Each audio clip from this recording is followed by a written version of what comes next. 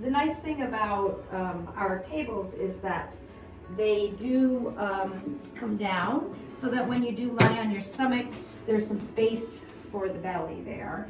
And there's enough space there. And you can lie on your belly with your nose down here. Let me know, are you comfortable there? Relatively? Yeah, okay, good. Right. I'm just checking her leg lengths. Sometimes when the pelvis is out of alignment a little bit, one leg can be shorter than the other.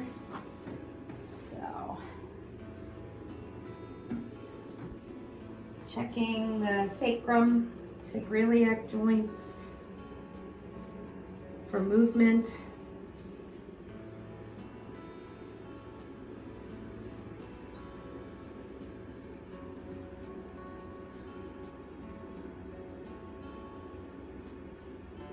Feel some tenderness in the muscle. Is that sore? Yeah. A little bit there? Yeah. So with pregnancy, you know, all the weight is in the front. And what happens is the lower lumbar spine, the sacroiliac joints they're just working way too hard. So the muscles tend to tighten up.